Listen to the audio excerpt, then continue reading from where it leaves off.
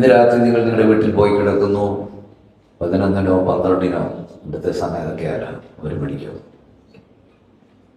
ആരാണ് നിങ്ങളുടെ കൺപോളകളെ തഴുകി ഉണർത്തുന്നത്? രാവിലെ 5:30-കോ 6-നോ 7-നോ 7:30-കോ 8-നോ ആരാണ് നിങ്ങളെ തട്ടി ഉണർത്തുന്നത്? നിങ്ങൾ പറയും നിങ്ങളുടെ അപ്പന, അമ്മയാ, ഭാര്യ, ഭർത്താവ്, അലറാമ. ഈ രാത്രി ഉറങ്ങാൻ പോകുന്ന നിങ്ങളെ എന്നെ ദൈവത്തിന്റെ കരം തട്ടിയാൽ ആരും വിളിച്ചില്ലെങ്കിലും നിങ്ങൾ ഉണരും. ഈ രാത്രി ഉറങ്ങുവാൻ പോകുന്ന നിങ്ങളെയും എന്നെയും ദൈവത്തിന്റെ കരം തട്ടിയില്ലെങ്കിൽ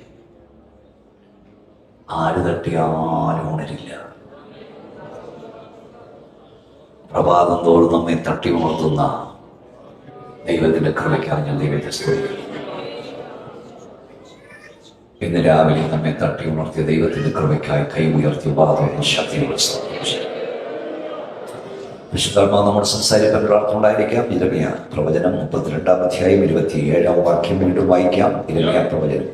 ഞാൻ സകലത്തിന്റെയും ദൈവമായ യഹോവയാകുന്നു, എനിക്ക് കഴിയാത്ത വല്ല കാര്യവുമുണ്ടോ? വിളിക്കാൻ പ്രാർത്ഥിക്കാൻ കർത്താവെ വീണ്ടും ഞങ്ങൾക്ക് ഒന്നിച്ചായി വാക്ക് നൽകി. കഴിഞ്ഞ രാത്രിയിൽ ഭൂമുഖത്തുണ്ടായിരുന്ന പലരും ഇല്ല, ഇന്ന് പകലുണ്ടായിരുന്ന പലരും വൈകിട്ടില്ല. ഞങ്ങളെ ആയുസ് ദീർഘമാക്കി തിരുവനന്തപുരത്തിന് മുമ്പിലായിരിക്കാൻ ഞാൻ കരുതുന്നു. രാത്രി ഞങ്ങളോട് സംസാരിക്കണേ, അവിടുത്തെ ശബ്ദം ഞങ്ങളെ കേൾപ്പിക്കണേ, അവിടുത്തെ കരം ഞങ്ങളെ തുടരണമേ. ഇവിടെ മാത്രമല്ല വിദൂരത്തിലൊക്കെ ഇരുന്ന് വചനം കേൾക്കുന്നുണ്ട്. പരിശുദ്ധാത്മാവ് സംസാരിക്കണേ, അവരുടെ കൈ അവരെ സ്പർശിക്കണേ, അത്ഭുതത്തിന്റെ രാത്രിയാക്കണം. ഒന്നിച്ചനുഗ്രഹിക്കും. പ്രാർത്ഥന കേൾക്കണം. നന്ദി യേശുവിന്റെ നാമത്തിൽ തന്നെ ഒരിക്കൽ കൂടെ ശക്തിയോടെ സ്തോത്രം ചെയ്യാം. ഞാൻ സകല ജനത്തിന്റെ ദൈവമായ യഹോവയാകുന്നു, എനിക്ക് കഴിയാത്ത നല്ല കാര്യം. കഴിഞ്ഞ രാത്രി ഞാൻ പറഞ്ഞു, ദൈവത്തെ കൊണ്ട് വല്ലോ നടക്കുമോ എന്ന് ചിന്തിക്കരുത്, സാധിക്കുമോ എന്ന് ചിന്തിക്കരുത്, ദൈവത്തിന് ഹിതമാണോ എന്ന് ചിന്തിച്ചാൽ മതി. ഒന്നുകൂടെ ഞാൻ പറയാം, നീ പ്രാർത്ഥിക്കുന്ന വിഷയത്തിന് മേൽ 1000 പ്രാവശ്യം ദുഷ്ടപിശാച് അസാധ്യം അസാധ്യം അസാധ്യം തരുമ്പോൾ ഇതിൻ്റെ അടിയിൽ ഇന്ന് രാത്രി യേശുവിന്റെ നാമത്തിൽ ഒരു വട്ടം നീ എഴുത്, എന്റെ ദൈവത്താൽ സാധ്യമാണ്. Prayer makes impossible things possible. പ്രാർത്ഥന അസാധ്യ കാര്യങ്ങളെ സാധ്യമാകുന്നു. ലോകം പറയുന്നു നടക്കാൻ പോകുന്നില്ല, വൈദ്യശാസ്ത്രം പറയുന്നു സൗഖ്യമാകാൻ പോകുന്നില്ല. ഞാൻ വിശ്വസിക്കുന്ന പ്രാർത്ഥന ദൈവത്തിൽ പറയും, എന്റെ ദൈവത്താൽ നടക്കാൻ പോകുകയാണ്. എന്റെ മുഖത്ത് നോക്കി എനിക്ക് ഗതി പിടിക്കില്ലെന്ന്, നിനക്ക് ഗുണം പിടിക്കില്ലെന്ന് നാട്ടുകാർ മുഴുവൻ പറയുമ്പോൾ നിനക്ക് വേണ്ടി പ്രാർത്ഥിച്ച് നിന്റെ കൂട്ടായ്മക്കാർ പോലും പ്രാർത്ഥന നിർത്തുമ്പോഴും നീ പറയണം, എന്റെ വീണ്ടെടുപ്പുകാരൻ ജീവിക്കുന്നു, അറിയുന്നു. കൈ ഒന്നടിച്ച് ശക്തിയുള്ള ദൈവത്തെ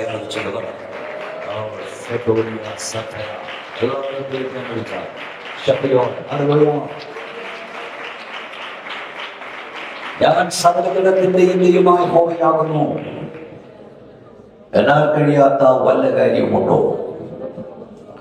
ഉൽപ്പത്തി പുസ്തകം മുതൽ വെളിപ്പാട് പുസ്തകം വരെ അസാധ്യങ്ങളെ സാധ്യമാക്കുന്ന ദൈവം, അത്ഭുതങ്ങളുടെ ദൈവം വെളിപ്പെടുന്നു. ഞാൻ ഈ വാക്യത്തിലേക്ക് വരാം. യൂണിവേഴ്സ് നിയന്ത്രിക്കുന്നത് 3 ശക്തികളാണ്, 3 ഘടകങ്ങളാണ്. ഒന്ന് പവർ അഥവാ ശക്തി, 2 അതോറിറ്റി അധികാരം, 3 സോവർണിറ്റി പരമാധികാരം. ശക്തി, അധികാരം, പരമാധികാരം. ഒന്ന് പറഞ്ഞാൽ എല്ലാവരും, ശക്തി, അധികാരം, പരമാധികാരം. ശക്തിയും അധികാരവും മനുഷ്യന് പരിമിതമായി ദൈവം കൊടുത്തിട്ടുണ്ട്. ശക്തി, അധികാരം. ശക്തിയാണോ വലുത്, അധികാരമാണോ വലുത്? ശക്തിയാണോ വലുത് സഹോദരന്മാരെ, അധികാരമാണോ? സഹോദരിമാരെ, ശക്തിയാണോ വലുത്, അധികാരമാണോ? ചില ശക്തിയിൽ വിശ്വസിക്കുന്നു, ചില അധികാരത്തിൽ വിശ്വസിക്കുന്നു. ശക്തിയാണോ അധികാരമാണോ വലുത്? ഈ റോഡിലൂടെ അല്ലെങ്കിൽ നമ്മുടെ റോഡിലൂടെ ഒരു വലിയ ട്രക്ക് 10, 50, 100, 200 ടൺ എനിക്കറിയില്ല കയറ്റി വരുന്ന ട്രക്ക് പാഞ്ഞു വരുമ്പോൾ അപ്പോൾ ജംഗ്ഷനിൽ നിന്ന് ഒരു എല്ലൻ പോലീസുകാരൻ സ്റ്റോപ്പ് എന്നെഴുതിയത് കാണിക്കുമ്പോൾ ഈ വലിയ ട്രക്ക് ഓടിക്കുന്ന കപ്പടാമീശക്കാരൻ തമിഴനാണെങ്കിലും തടിയനാണെങ്കിലും സ്റ്റോപ്പ് എന്ന് കാണിക്കുമ്പോൾ ഈ ട്രക്ക് അവിടെ ഞരങ്ങി നിൽക്കും.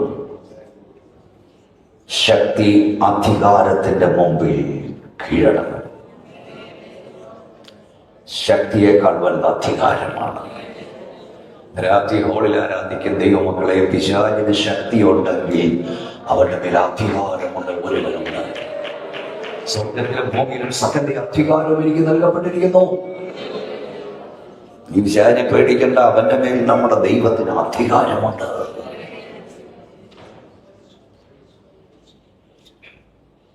130 കോടി വരുന്ന ഇന്ത്യൻ ജനതയുടെ മേൽ അധികാരമുള്ള ഒരാളുണ്ട്, ഇന്ത്യൻ പ്രസിഡന്റ്. 10 ലക്ഷം വരുന്ന കരനാവിക സേനയുടെ മേൽ അധികാരമുള്ള ഒരാളാണ് ഇന്ത്യൻ പ്രസിഡന്റ്. ഞാനും മനുഷ്യനാണ്, ഇന്ത്യൻ പ്രസിഡന്റും മനുഷ്യനാണ്. ഇന്ത്യൻ പ്രസിഡന്റ് മാർച്ച് പറഞ്ഞാൽ 10 ലക്ഷം വരുന്ന ഇന്ത്യൻ സൈന്യം മാർച്ച് ചെയ്യും. ഞാൻ മാർച്ച് ഓൺ ചെയ്യാൻ പറഞ്ഞാൽ ആരും ചെയ്യത്തില്ല, കാരണം എനിക്ക് അധികാരമില്ല. ലോകത്തിലെ ഏറ്റവും വലിയ സൈനിക ശക്തിയുടെ മേൽ അമേരിക്കയ്ക്ക് പ്രസിഡന്റിന് അധികാരമുണ്ട്. ഏതെങ്കിലും ഒരു രാഷ്ട്രത്തെ ചൂണ്ടി ഇന്ന്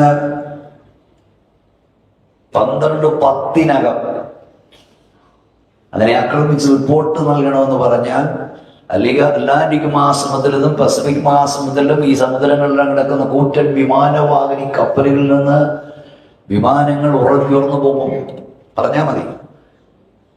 എന്നിട്ട് ആ പറയുന്ന രാജ്യത്തിന്റെ ആകാശത്തെ മൂടും. പറയാത്തതുകൊണ്ടോ കൂടാത്തത്.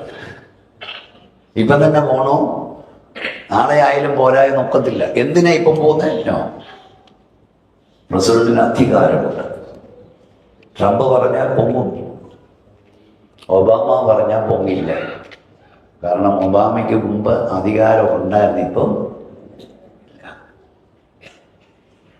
അതാണ് അധികാരം. വരുന്ന രാത്രി ഞാൻ പറയാം, ഈ ശക്തിയുടെയും അധികാരത്തിൻ്റെയും മീതിൽ പരമാധികാരമുള്ള ഒരുവനുണ്ട്. അവനാണ് നാം സേവിക്കുന്ന നമ്മുടെ ദൈവം.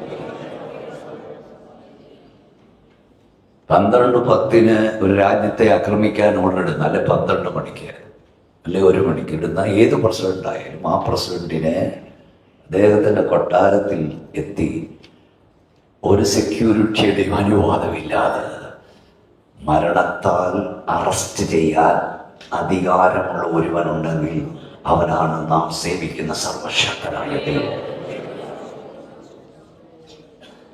മനുഷ്യന് അധികാരമുണ്ട്, പക്ഷെ അവന്മേൽ പരമാധികാരം ദൈവത്തിനാണ്. ഞാനൊന്നുകൂടെ മനസ്സിലാക്കി തരാം. കുറെ വർഷങ്ങൾക്ക് മുമ്പ് കേരളത്തിൽ ഒരാൾ 30 കോടിയുടെ ഒരു വീട് പണിതു. ഇപ്പോൾ അതിനേക്കാൾ വലുതൊക്കെ പണിയും.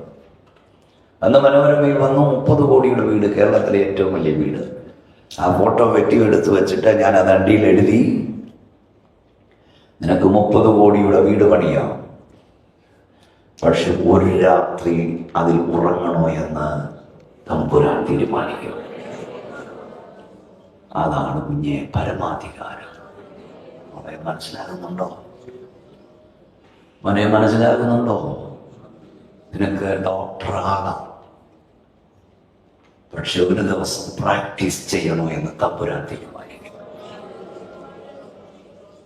നിനക്ക് എഞ്ചിനീയർ ആകാം, ഒരു ദിവസം ജോലി ചെയ്യണമെന്ന് തമ്പുരാൻ തീരുമാനിക്കും.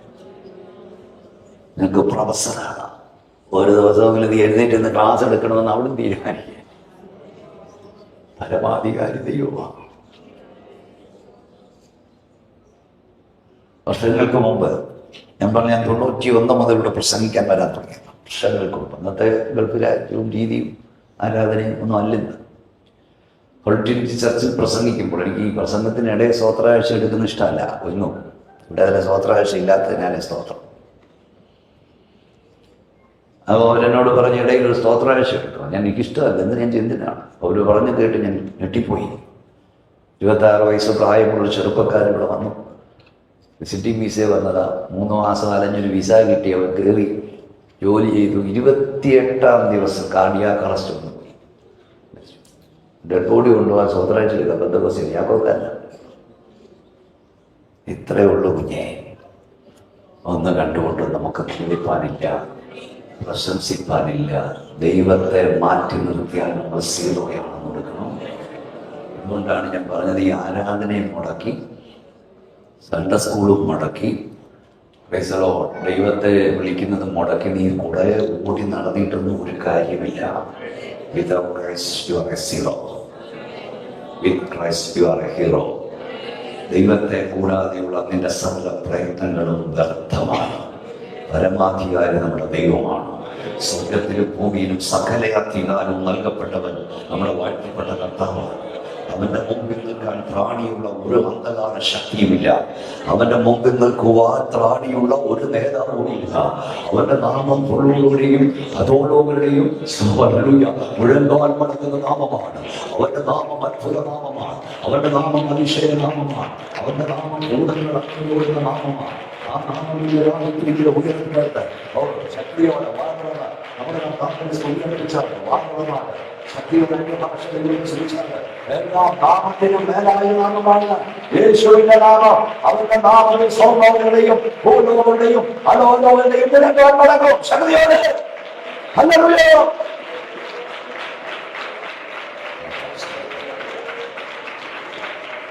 അവന് കഴിയാത്ത ഒന്നുമില്ല. അവനാൽ അസാധ്യമായത് ഒന്നുമില്ല. കഴിഞ്ഞ രാത്രിയിൽ 2 കാര്യങ്ങൾ നമ്മൾ ചിന്തിച്ചു. ഒന്ന്, ഇസ്രായേലിന്റെ മടങ്ങി വരവ് സംഭവിക്കില്ല എന്ന് ചിന്തിച്ചത് ദൈവം സംഭവിപ്പിച്ചു. ഇസഹാക്കിന്റെ ജനനം സംഭവിക്കില്ല എന്ന് ലോകം ചിന്തിച്ചത് ദൈവം സംഭവിപ്പിച്ചു. ഇന്ന് രാത്രി നിനക്ക് വേണ്ടിയും ഒരിക്കലും സംഭവിക്കില്ലെന്ന് ലോകം കരുതുന്ന ചിലത്, നിന്റെ വീട്ടുകാർ കരുതുന്ന ചിലത്, നിന്റെ നാട്ടുകാർ കരുതുന്ന ചിലത് ദൈവം നിനക്ക് വേണ്ടി സംഭവിപ്പിക്കും. ദൈവത്തോട് ഞാൻ പറയുന്നു, ദൈവം നിന്നോട് വാർത്തകൾ പറഞ്ഞിട്ടുണ്ടെങ്കിൽ സാഹചര്യങ്ങളൊന്നും അനുകൂലമാണെങ്കിലും സാഹചര്യങ്ങളുമാണെങ്കിലും നിന്നോട് വാർത്തകൾ സംരക്ഷകനായ അത് സംഭവിച്ചിരിക്കും. കൈകാണിച്ച വാർത്തകൾ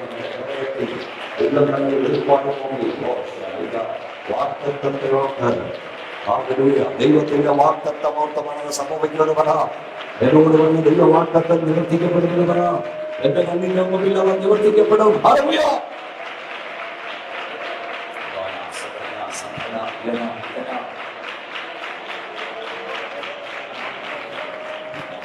മൂന്നാമതായി, യാക്കോബ് തന്റെ മകൻ യോസഫിനെ കാണുമെന്ന് ചിന്തിച്ചതല്ല. 2 കാര്യങ്ങൾ കഴിഞ്ഞ പറഞ്ഞു, ബാക്കി കാര്യം ചിന്തിക്കുക. യാക്കോബിന്റെ മകൻ യോസഫ് തന്റെ സഹോദരന്മാരിലേക്ക് പോയി. യോസഫിനെ കുറിച്ച് അടുത്ത് ചിന്തിക്കാം. സഹോദരന്മാർ അവനെ പൊട്ടക്കിണറ്റിൽ പിടിച്ച് തള്ളിയിട്ടിട്ട് അവൻ ചത്തെന്ന് പറഞ്ഞ് കൊന്ന്, ഒരു കോലാട്ടുകൊറ്റനെ കൊന്ന് അതിന്റെ അങ്കി രക്തത്തിൽ മുക്കി അപ്പന് കൊടുത്തു വിട്ടു. അപ്പൻ ഈ അങ്കി എടുത്ത് നോക്കി കരഞ്ഞുകൊണ്ടേ ഇരുന്നു എന്നാണ് എഴുതിയിരിക്കുന്നത്. വായിച്ചിട്ട വാക്യം കാണുന്നില്ലല്ലോ, ഞാൻ ഇനി എവിടെ പോകേണ്ടി എന്ന് പറഞ്ഞു. പിന്നെ അവരോട് കോലാട്ടുകൊറ്റനെ കൊന്ന് യോസഫിന്റെ അങ്കി എടുത്ത് രക്തത്തിൽ നോക്കി അവർ നിലയാക്കി തങ്ങളുടെ അപ്പന്റെ അടുക്കൽ കൊടുത്തയച്ചു. ഇത് ഞങ്ങൾക്ക് കണ്ടുകിട്ടി, ഇത് നിന്റെ മകന്റെ അങ്കി അല്ലയോ എന്ന് നോക്കാനോ എന്ന് പറഞ്ഞു. അടുത്തത് അവൻ അത് തിരിച്ചറിഞ്ഞു, ഇത് എന്റെ മകന്റെ അങ്കി തന്നെ. ഒരു ദുഷ്ടമൃഗം അവനെ തിന്നുകളഞ്ഞു. യോസഫിനെ പറിച്ചു കീറിപ്പോയി എന്ന് പറഞ്ഞു. എന്ന് പറഞ്ഞ് യാക്കോബ് വസ്ത്രം കീറി ചുറ്റി ഏറിയ നാൾ തന്റെ മകനെ ചൊല്ലി ദുഃഖിച്ചുകൊണ്ടിരുന്നു. അടുത്ത വാക്കിൽ ഞാൻ കരഞ്ഞുകൊണ്ടേ. എത്ര നാൾ യാക്കോബ് കരഞ്ഞു നിങ്ങൾക്കറിയാമോ? 22 വർഷം കരഞ്ഞു.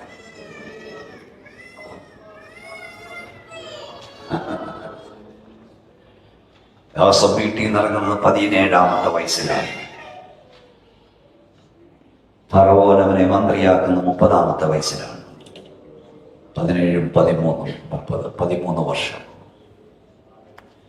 7 വർഷം സമൃദ്ധിയുടെ കാലം. അന്ന് സഹോദരന്മാർ പോയില്ല. ക്ഷാമം തുടങ്ങി 2 വർഷം കഴിഞ്ഞാണ് അവർ ചെന്നത്. അപ്പം 13-7-22 വർഷം ജീവിച്ചിരിക്കുന്ന മകനെ ഓർത്ത് ഒരപ്പൻ 22 വർഷം കരഞ്ഞു. എനിക്കത് വായിക്കുമ്പോൾ കരഞ്ഞുകൊണ്ടേയിരുന്നു. അതിനേക്കാൾ വലുത് അവൻ്റെ വസ്ത്രം കാണുമ്പോഴല്ലേ, എൻ്റെ മകനെ യോസഫ്, എൻ്റെ മകനെ യോസഫേ. 22 വർഷം ഗോത്രപിതാവായ യാക്കോബ് കരഞ്ഞുകൊണ്ടിരുന്നിട്ട് ദൈവം ഒരു വാക്ക് പറഞ്ഞില്ല. അവനെ നീ കരയണ്ട. എല്ലാവരും ശ്രദ്ധിക്കുന്നു? നീ കരയണ്ടാടാ, പോലും കരയണ്ട, നിന്റെ മകൻ ഇന്നടത്തുണ്ടെന്ന് പറഞ്ഞില്ല. 2 മർമ്മങ്ങൾ. ഇന്നലെ മിനിഞ്ഞാന്ന് ഇവിടോട്ട് വരുന്നതിന് തൊട്ട് ദിവസം മുമ്പ് അവിടുത്തെ പ്രസംഗിക്കുമ്പോൾ ഒരു മർമ്മം എനിക്ക് വെളിപ്പെട്ടു. അതിനു മുമ്പ് ഞാൻ സ്ഥിരം പറഞ്ഞുകൊണ്ടിരുന്നതുകൊണ്ട് എനിക്ക് മനസ്സിലായതുകൊണ്ട് അതൊരു മർമ്മം ഇതാണ്. സ്തോത്രം. ഒന്നാമത്തെ മർമ്മം, എന്തുകൊണ്ട് യാക്കോബിനോട് ദൈവം പറഞ്ഞില്ല യോസഫ് ജീവനോടുണ്ടെന്ന്? അങ്ങനെ ഉണ്ടെന്ന് അറിവ് കിട്ടിയാൽ, ഹല്ലേലൂയ, യോസഫ് എവിടെങ്കിലും ഉണ്ടെന്ന് അപ്പൻ അറിവ് കിട്ടിയാൽ അവൻ പോയി പിടിച്ചുകൊണ്ട് വരും. അവൻ ഉണ്ട്, യാക്കോബിനെ അവൻ പോയി പിടിച്ചുകൊണ്ട് വരും. എന്നാൽ ഇന്ന് രാത്രി ഞാൻ നിന്നോട് പറയാം, യോസഫിനെ ദൈവം വീട്ടിൽ നിന്ന് ഇറക്കിക്കൊണ്ടുപോയത് അതുപോലെ തിരിച്ച് വീട്ടിൽ കൊണ്ട് കയറ്റാനല്ല, സിംഹാസനത്തിലെത്തിക്കാൻ വേണ്ടിയാണ്. കരമടിച്ചു വാതുറന്ന് ശക്തിയോട് സ്തോത്രം ചെയ്താട്ട് അപ്പൻ അല്പനാൾ കരഞ്ഞാലും, അപ്പൻ അപ്പനാൾ ദുഃഖിച്ചാലും, അപ്പാ നിന്റെ മോനെ തമ്പുരാൻ വീട്ടിൽ നിന്ന് ഇറക്കിക്കൊണ്ടുപോയത് അതുപോലെ തിരിച്ചുകൊണ്ട് കയറ്റാനല്ല, പ്രധാനമന്ത്രിയായി കസേരയിൽ ഇരിക്കുന്ന കാണിക്കാനാ. കൈയടിച്ച ശക്തിയോടെ സ്തോത്രം പറ. ദോഷമായി ഒന്നും ചെയ്യില്ല കുഞ്ഞെ, നന്മയല്ലാതെ തിന്മയൊന്നും ചെയ്യില്ല ദൈവമേ. അല്പകാല ദുഃഖങ്ങൾക്ക് ദീർഘകാല സന്തോഷമുണ്ട്. ഓ, വാതുറക്കച്ചായ, കൈയടിക്കച്ചായ, കർത്താവിനെ ആരാധിച്ചോണ്ട് പറ, എന്റെ അല്പകാല ദുഃഖങ്ങൾക്ക് ദീർഘകാല സന്തോഷമുണ്ട്.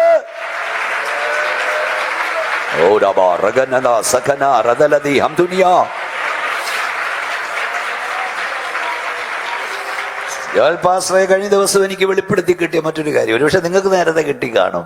ഞാൻ പ്രസംഗിച്ചുകൊണ്ടിരുന്നപ്പം കർത്താവ് ചോദിച്ചു, മോനെ, ഇനി യാക്കോബിനോട് മോൻ ഉണ്ടെന്ന് പറഞ്ഞാലും മോൻ എവിടാന്നാ ദൈവം പറയണ്ടേ? എവിടാന്നാ പറയണ്ടേ? നിന്റെ മോൻ പൊത്തിഫേറിന്റെ വീട്ടിൽ വീട്ടുവേല ചെയ്യുന്നത് പറയാൻ ഒക്കുവോ സഹോദരിമാരെ? ഒക്കില്ല. നിന്റെ മോൻ ജയിലിൽ കിടക്കുന്നുണ്ടടാ എന്ന് പറയാൻ ഒക്കുവോ അപ്പനോട്? കൃപ. സ്തോത്രം. ഈ വേദവസത്ത് ജോസഫ് 6 തവണ കരഞ്ഞു. 6 തവണ. ആ കരച്ചിൽ ആനന്ദത്തിന്റെ കരച്ചിലായിരുന്നു. ഒന്ന് സഹോദരന്മാരുടെ മുമ്പിൽ വെച്ച്, അത് ജോസഫിന്റെ കാലിലേക്ക് വരാൻ പോവാ, പൊട്ടിക്കരഞ്ഞു. പക്ഷേ യോസഫ് അല്ലാതെ ഒത്തിരി വട്ടം കരഞ്ഞെന്നേ, ആ കരച്ചിൽ ഈ പുസ്തകത്തിൽ വെച്ചില്ല. യോസഫിന് വിറ്റപ്പം കരഞ്ഞു, പൊത്തിപ്പേറിന്റെ വീട്ടിൽ പോയപ്പം കരഞ്ഞു കാണും, ഒത്തിരി ജയിലിൽ പോയപ്പം കരഞ്ഞു കാണും. പക്ഷേ പുസ്തകം പറഞ്ഞു, ഞാനത് എഴുതത്തില്ല. പരിശുദ്ധാത്മാവിനോട് പറഞ്ഞു, എഴുതരുത്.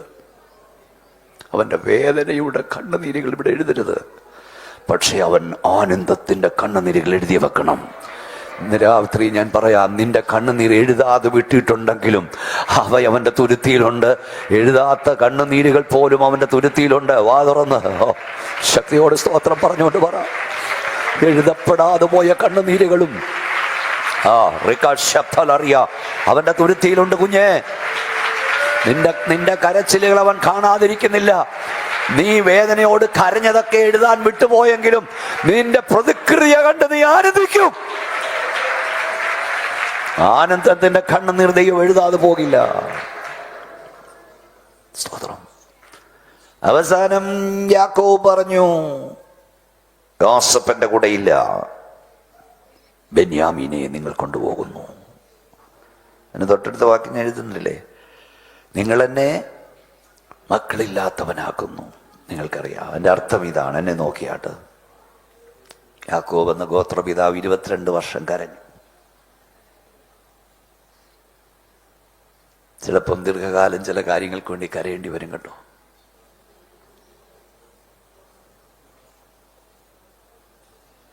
ഒരു വാക്കുപോലും ദൈവം മറുപടി കൊടുത്തില്ല. ചിലപ്പോൾ നിന്റെ പ്രാർത്ഥനാ വിഷയങ്ങളിൽ ദൈവം സൈലന്റ് ആയിരിക്കും. When God is silent, ദൈവം നിശബ്ദമായിരിക്കുമ്പോഴും നിനക്ക് വേണ്ടി പ്രവർത്തിക്കാതിരിക്കുന്നില്ല. അവൻ നിശബ്ദനായിരിക്കുമ്പോഴും നിനക്ക് വേണ്ടി പ്രവർത്തിച്ചുകൊണ്ടേയിരിക്കും.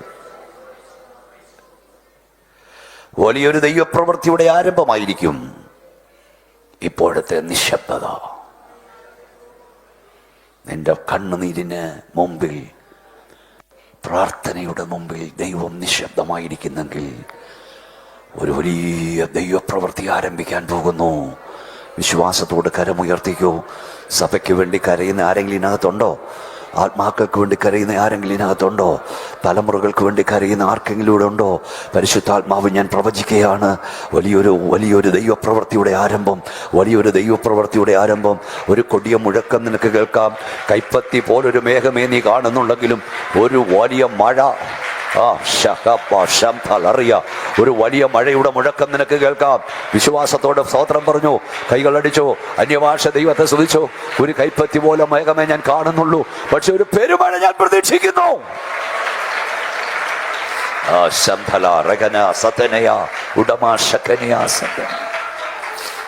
യാക്കോബ് പറഞ്ഞു, യോസേഫിന്റെ കൂടെ ഇല്ല, ബെന്യാമീനെ നിങ്ങൾ കൊണ്ടുപോകുന്നു. നിങ്ങൾ എന്നെ മക്കളില്ലാത്തവനാക്കി തീർക്കുന്നു എന്ന് പറഞ്ഞാൽ യോസേഫ് പറഞ്ഞതിന്റെ അർത്ഥം, എൻ്റെ തലമുറയുടെ നന്മ ഞാൻ കാണില്ല, എൻ്റെ തലമുറയുടെ നന്മ ഞാൻ അനുഭവിക്കില്ല. 37, 25, 28 തോന്നുന്നു. എൻ്റെ തലമുറയുടെ നന്മ ഞാൻ കാണില്ല, എൻ്റെ തലമുറയുടെ നന്മ ഞാൻ അനുഭവിക്കില്ല. എന്നാൽ ഈ യാക്കോബ് യോസേഫിന്റെ മക്കളെ അനുഗ്രഹിക്കുന്ന ഒരു രംഗമുണ്ട്. ആയിരക്കണക്കിന് വേദി ഞാനത് പറഞ്ഞിട്ടുണ്ട്. അത് വായിക്കുമ്പോഴൊക്കെ ഞാൻ കരയും. നിങ്ങളുടെ അകത്ത് പരിശുദ്ധാത്മാവുണ്ട്, നിങ്ങളും കരയും. എന്താണ് അനുഗ്രഹിക്കുന്ന രംഗം? 48-ാം അധ്യായം 8 മുതൽ വായിച്ചേ. ഇസ്രായേൽ യോസേഫിന്റെ പുത്രന്മാരെ കണ്ടപ്പോൾ ഇവർ ആരെന്ന് ചോദിച്ചു. ദൈവം എവിടെ? എനിക്ക് തന്നിട്ടുള്ള പുത്രന്മാരെന്ന് യോസേഫ് അപ്പനോട് പറഞ്ഞു. അവരെ എന്റെ അടുക്കൽ കൊണ്ടുവരിക, ഞാൻ അവരെ അനുഗ്രഹിക്കുമെന്ന് അവൻ പറഞ്ഞു. എന്നാൽ ഇസ്രായേലിന്റെ കണ്ണ് വയസ്സുകൊണ്ട് മങ്ങി കാണാൻ വഹിയാതെയായിരുന്നു. അവരെ അടുക്കൽ കൊണ്ടുചെന്നപ്പോൾ അവൻ അവരെ ചുംബിച്ച് ആലിംഗനം ചെയ്തു. ഇസ്രായേൽ യോസേഫിനോട്, ഇങ്ങോട്ട് നോക്കിക്കോ. തന്റെ വേദനയിൽ യാക്കോബ് പറഞ്ഞു, ഞാൻ മക്കളില്ലാത്തവനായിരിക്കുന്നു, നിങ്ങൾ എന്നെ മക്കളില്ലാത്തവനാക്കുന്നു എന്ന് പറഞ്ഞാൽ എൻ്റെ തലമുറയുടെ നന്മ ഞാൻ കാണില്ല, തലമുറയുടെ നന്മ ഞാൻ കാണില്ലെന്ന് വിലപിച്ച യാക്കോബ് യോസേഫിന്റെ മക്കളെ അനുഗ്രഹിക്കും. മൂത്തമോനെ പിടിച്ചത് വലം കൈ കൊണ്ടാ, പക്ഷെ നിർത്തിയത് ഇടം കൈക്ക് നേരെ. ഇളയവനെ ഇടം കൈ കൊണ്ട് പിടിച്ച് എവിടെ നിർത്തി? വലം കൈ കൊണ്ട്. എന്ന് പറഞ്ഞാൽ അപ്പനും വലം കൈ അടുത്ത് ആരുടെ വരണം? ഇളയവന്റെ തലയെ വരണം, ഇടം കൈ മൂത്തവന്റെ വരണം. അപ്പനും പാർഷ്യാലിറ്റി. പിടുത്തമൊക്കെ കണ്ടാൽ തോന്നും പിടിച്ചിപ്പം വലം കൈയുടെ നേരെ നിർത്താൻ പോവാന്ന്. വലം കൈ കൊണ്ട് പിടിച്ച് ഇടം കൈക്ക് നേരെയും ഇടം കൈ കൊണ്ട് പിടിച്ച് വലം കൈക്ക് നേരെ നിർത്തി. പക്ഷെ കണ്ണു മങ്ങിയിരുന്നെങ്കിലും അകത്ത് അഭിഷേകം മങ്ങാത്ത അപ്പൻ പിരിച്ചു വെച്ചു. കൈ പിരിച്ചു വെച്ച് അനുഗ്രഹിക്കാൻ തുടങ്ങിയപ്പം യോസേഫിന് ഇഷ്ടപ്പെട്ടില്ല. 17-ാം വാക്യം. യോസേഫിന് അത് ഇഷ്ടപ്പെട്ടില്ല. യോസേഫ് അപ്പന്റെ കൈ പിടിച്ച് തിരിച്ചു വെക്കാൻ നോക്കി. അപ്പം ദൈവം തമ്പുരാൻ പറഞ്ഞു, അപ്പം പറഞ്ഞു, മോനെ എനിക്കറിയാം ഇവനും ഒരു ജാതിയാകും, പക്ഷെ ഇവനേക്കാൾ വലിയ ജാതിയാകും. ഇന്ന് രാത്രി പ്രവചിക്കാൻ പരിശുദ്ധാത്മാ പറയുന്നു, നിന്റെ തലമേൽ വരുന്ന ദൈവീയ അനുഗ്രഹത്തിന്റെ കരങ്ങൾ പിടിച്ചു മാറ്റുവാൻ, തട്ടിമാറ്റുവാൻ ആരെല്ലാം ശ്രമിച്ചാലും ആ കരത്തെ വലിക്കാൻ, ആ കരത്തെ തള്ളിമാറ്റാൻ, ആ കരത്തെ തട്ടിമാറ്റാൻ ലോകത്തൊരു ശക്തിയും കഴിയില്ല. വാതുറക്ക്, ശക്തിയോടെ സ്വതന്ത്രം പറ. നിന്റെ മേൽ, നിന്റെ സന്താനത്തിന്മേൽ വരേണ്ട അനുഗ്രഹത്തെ പിടിച്ചു മാറ്റി കളയുവാൻ ലോകത്തിൽ ഒരു ശക്തിയും കഴിയില്ല. നിന്റെ തലമേൽ വരേണ്ട ദൈവത്തിന്റെ അനുഗ്രഹം, നിന്റെ സന്താനത്തിന്റെ തലമേൽ വരേണ്ട അനുഗ്രഹം വലിച്ചു മാറ്റി കളയുവാൻ, എടുത്തു മാറ്റുവാൻ ആർക്കും കഴിയില്ല. ശക്തിയോടെ സ്വതന്ത്രം പറ. രമന ഹതുന രഗത സന്ധന ശക്തിയോടെ ആരാധിച്ചേ. അല്പം നമ്മെ ആരാധിച്ചാട്. എല്ലാവരും ദൈവത്തെ സ്തുതിച്ചാട്. വിശ്വാസത്തോടെ പറ, എന്റെ തലമേൽ വരേണ്ട അനുഗ്രഹം, എന്റെ സന്താനത്തിന്റെ തലമേൽ വരേണ്ട അനുഗ്രഹം, അത് വലിച്ചു മാറ്റുവാൻ, അത് തട്ടിക്കളയാൻ, അത് മാറ്റിമറിക്കാൻ ഒരു ശക്തിയും കഴിയില്ല. അപ്പന് കഴിയില്ല, അമ്മയ്ക്ക് കഴിയില്ല, അമ്മാച്ചന് കഴിയില്ല, ചിറ്റപ്പന് കഴിയില്ല, കൊച്ചപ്പന് കഴിയില്ല, ലോകത്തിൽ ഒരു ശക്തിയും കഴിയില്ല.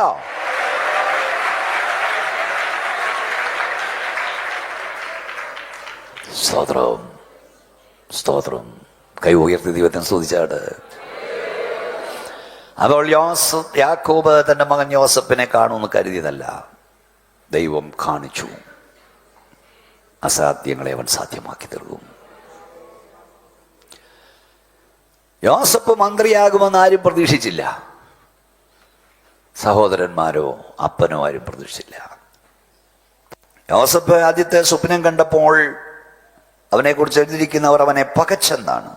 സഹോദരന്മാർ ദോഷിച്ചു, അധികം ദോഷിച്ചു, അസൂയ തോന്നി, സമാധാനമായി സംസാരിക്കാൻ കഴിയില്ല. ഒന്നാമത്തെ സ്വപ്നം കണ്ടപ്പോൾ സഹോദരന്മാരുടെ പ്രതികരണമാണ്. രണ്ടാമത്തെ സ്വപ്നം അപ്പനോട് പറഞ്ഞപ്പോൾ അപ്പനും നീരസപ്പെട്ടു. മനസ്സിലാകുന്നുണ്ടോ കുഞ്ഞുങ്ങളെ, സഹോദരങ്ങളെ, ചെറുപ്പക്കാരെ?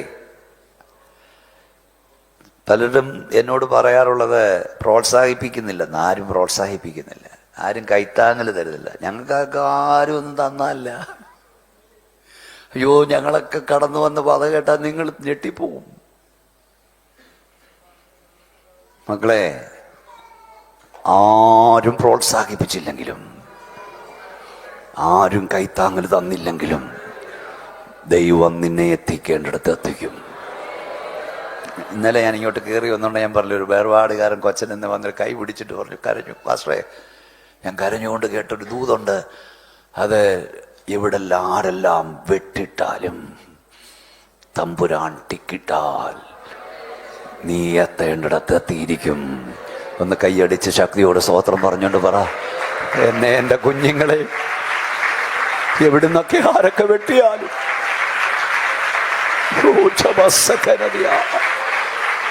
ആരൊക്കെ വെട്ടിമാറ്റിയാലും തമ്പുരാൻ ടിക്കിട്ടാൽ അവൻ എത്തേണ്ടിടത്തെത്തും.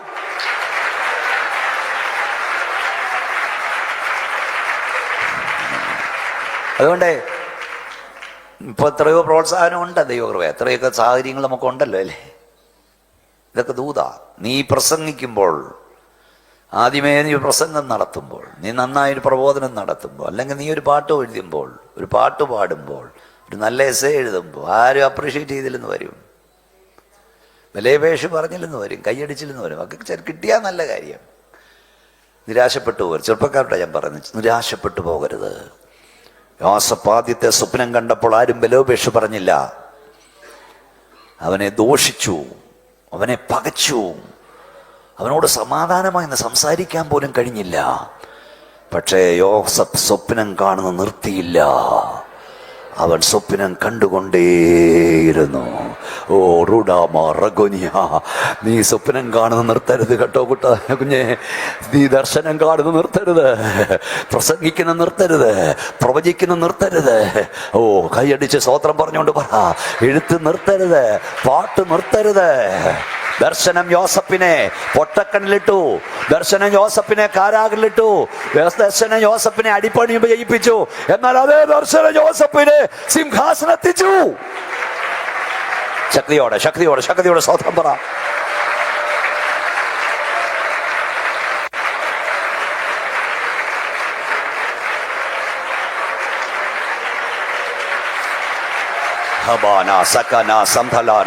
എല്ലാവരും ശക്തിയോടെ സ്തോത്രം പറ. ദർശനം കാണുന്ന നിർത്തരുത് കുഞ്ഞെ, സ്വപ്നം കാണുന്ന നിർത്തരുത്. ഹല്ലേലൂയ. എഴുതിക്കൊണ്ടിരിക്കുക, പ്രസംഗിച്ചുകൊണ്ടിരിക്കുക, പാടിക്കൊണ്ടിരിക്കുക, യേശുവിന്റെ നാമത്തെ ഉയർത്തിക്കൊണ്ടിരിക്കുക. നിന്നെ ഒരു ദിവസം ദൈവം ലോകം അംഗീകരിക്കും. ദൈവം അംഗീകരിച്ചവനെ ലോകം അംഗീകരിക്കാൻ കഴിയില്ല. ഇതൊക്കെ നിങ്ങൾക്കുള്ള ദൂതാ ചെറുപ്പക്കാരെ. നിർത്തരുത്, നിർത്തരുത്, നിർത്തരുത്. പിന്നെ അതിലേക്ക് ഞാൻ വരാം. യോസഫിനെ ഈ സഹോദരന്മാർ പകയ്ക്കാൻ കാര്യം എന്താണ്? ഒന്ന്, അപ്പൻ അവനെ സ്നേഹിച്ചു. രണ്ട്, അപ്പൻ അവനൊരു നിലയങ്കി ഉണ്ടാക്കി കൊടുത്തു. 3 സഹോദരന്മാരുടെ അവൻ സ്വപ്നം കണ്ടു. 4 സഹോദരന്മാരുടെ ദുസ്തുതി അപ്പനോട് വന്ന് പറഞ്ഞു. ഞാൻ നോക്കിയിട്ട് 4 കാര്യങ്ങൾ ഒരു കാര്യം ഒഴിച്ച് യോസഫ് ചെയ്തതല്ല. ഇത്രയും ക്രൂരത കാണിക്കാൻ കാര്യം എന്നാ? അപ്പനവനെ സ്നേഹിച്ചു. അപ്പനവനെ സ്നേഹിച്ച് യോസഫിന്റെ കുഴപ്പമാണോ? അപ്പൻ നിലയങ്കി ഉണ്ടാക്കി കൊടുത്ത യോസഫിന്റെ കുഴപ്പമാണോ? സ്വപ്നം കണ്ട യോസഫിന്റെ കുഴപ്പമാണോ? പിന്നെ ഇവരുടെ ദുസ്തുതി ഉപ്പമാര് കാണിക്കുന്ന വൃത്തികേടൊക്കെ അപ്പനോട് വന്ന് പറഞ്ഞു. ആ ഒരു കാര്യം ശരിയാ. നമ്മളെയൊക്കെ അതുകൊണ്ടാണ് പലർക്കും വേണ്ടാത്ത. പ്രമാണത്തിന് വേണ്ടി നിൽക്കുന്നുണ്ട്, സത്യം പറയുന്നുണ്ട്. നിനക്ക് വേണ്ടെങ്കിൽ പോടേ, എത്ര പേർക്ക് വേറെ വേണം? ദൈവം ഒരുവനെ ഉയർത്താൻ തീരുമാനിച്ചാൽ ലോകത്തിൽ ഒരുത്തനും അവനെ താഴ്ത്താൻ കഴിയില്ല. ദൈവം ഒരുവനെ മാനിപ്പാൻ തീരുമാനിച്ചാൽ ലോകത്തിൽ ഒരുത്തനും അവനെ ചെറുതാക്കാൻ കഴിയില്ല. ഒന്നുകൂടെ പറയാം, ദൈവം കുഞ്ഞെ നിന്നെ വലുതാക്കാൻ തുടങ്ങിയാൽ ലോകത്തിൽ ആർക്കും നിന്നെ ചെറുതാക്കാൻ കഴിയില്ല. ദൈവം നിന്നെ ഉയർത്താൻ തീരുമാനിച്ചാൽ ലോകത്തിൽ ആർക്കും നിന്നെ താഴ്ത്താൻ കഴിയില്ല. ശക്തിയോടെ സന്തോഷത്തോടെ കരമടിച്ചുകൊണ്ട് പറ, എൻ്റെ ദൈവം എന്നെ ഉയർത്തുമെന്ന് പറ, എൻ്റെ ദൈവം എന്നെ മാനിക്കുമെന്ന് പറ, എൻ്റെ ദൈവം എന്നെ ആദരിക്കുമെന്ന് പറ.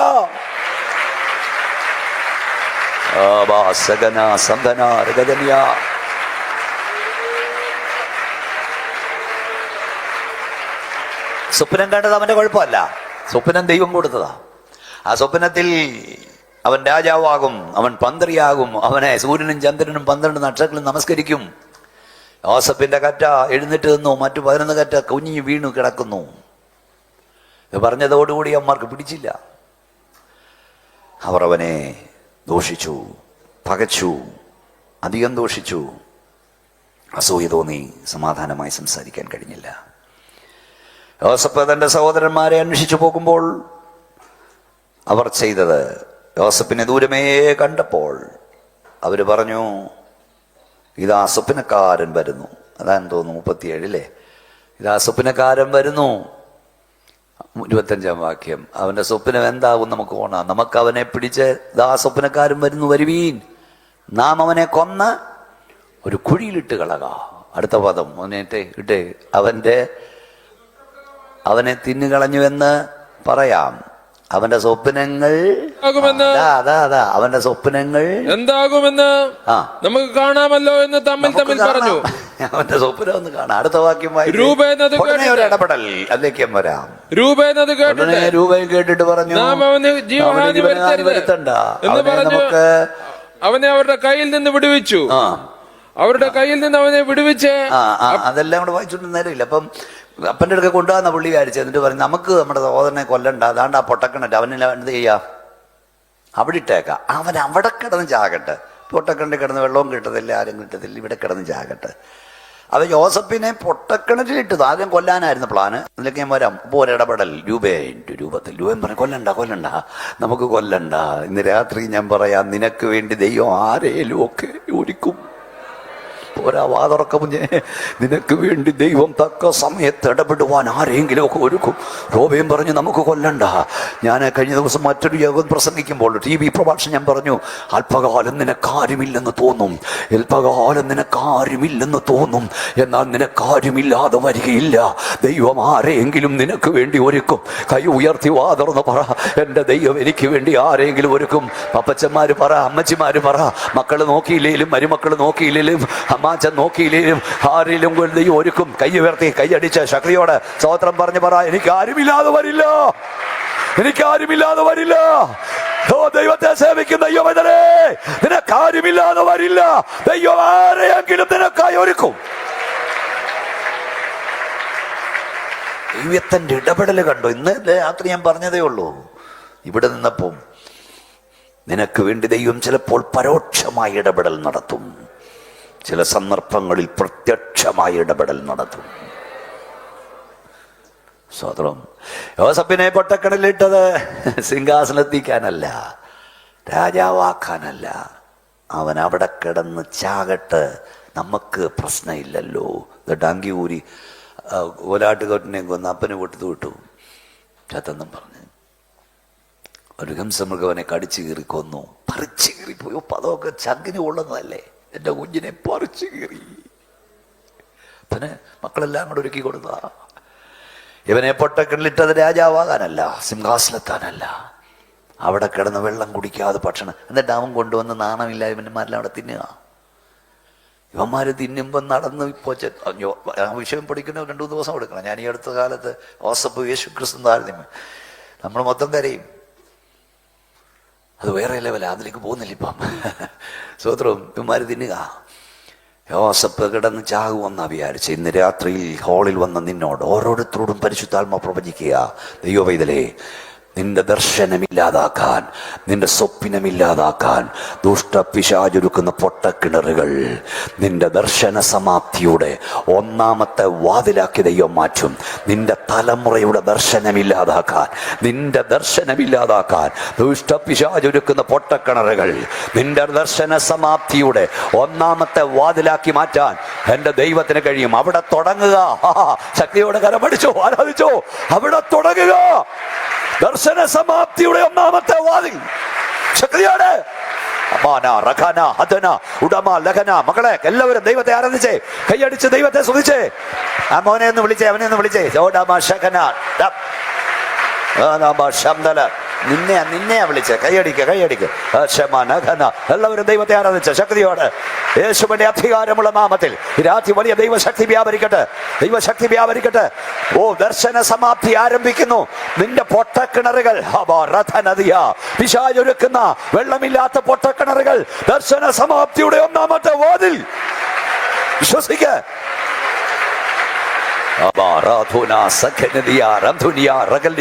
ഉടനെ സതൂനി ഹംദുന.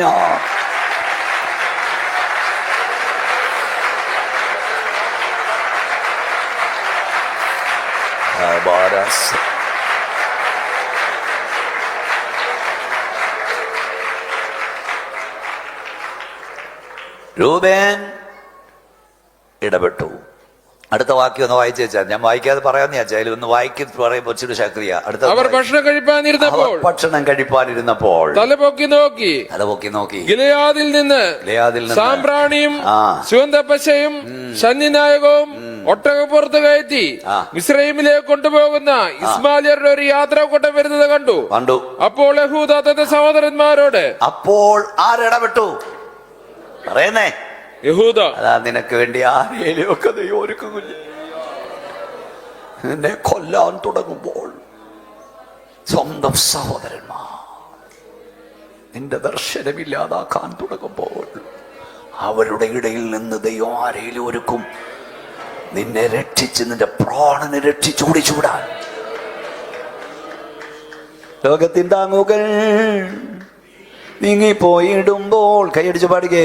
ലോകക്കാരെല്ലാരും കൈവേടിഞ്ഞിടുമ്പോൾ ലോകത്തിൻ താങ്ങുകൾ, ലോകക്കാരെല്ലാരും കൈവേടിഞ്ഞിടുമ്പോൾ സ്വന്തം സഹോദരർ തള്ളിക്കളയുമ്പോൾ യോസേപ്പിൻ ദൈവമൻ കൂട്ടാളിയാണ്. സ്വന്തം സഹോദരർ തള്ളിക്കളയുമ്പോൾ യോസേപ്പിൻ ദൈവമൻ കൂട്ടാളിയാണ്. ക്രിസ്തീയ ജീവിതം സൗഭാഗ്യ ജീവിതം, കർത്താവിൻ കുഞ്ഞുങ്ങൾ ആനന്ദദായകം. ക്രിസ്തീയ ജീവിതം സൗഭാഗ്യ ജീവിതം, കർത്താവിൻ കുഞ്ഞുങ്ങൾ ആനന്ദദായകം. സ്നേഹിതൻ നിത്യന രാജാവ് കൂട്ടാളിയാണ്. ഇത്ര നല്ല ഇടയൻ ഉത്തമ സ്നേഹിതൻ നിത്യന രാജാവ് കൂട്ടാളിയായാൽ ഭാരങ്ങൾ എത്തിനി വ്യാകുലം, കർത്താവിൻ കുഞ്ഞുങ്ങൾ പാട്ടുപാടും. എത്തിനി ഭാരങ്ങൾ എത്തിനി വ്യാകുലം, കർത്താവിൻ കുഞ്ഞുങ്ങൾ പാട്ടുപാടും. എത്തിനി ഭാരങ്ങൾ എത്തിനി വ്യാകുലം, കർത്താവിൻ കുഞ്ഞുങ്ങൾ പാട്ടുപാടും. എത്തിനി ഭാരങ്ങൾ എത്തിനി വ്യാകുലം, കർത്താവിൻ കുഞ്ഞുങ്ങൾ പാട്ടുപാടും. ലോകത്തെ താങ്ങുകൾ നീങ്ങിപ്പോയിടുമ്പോൾ ലോകക്കാരെല്ലാം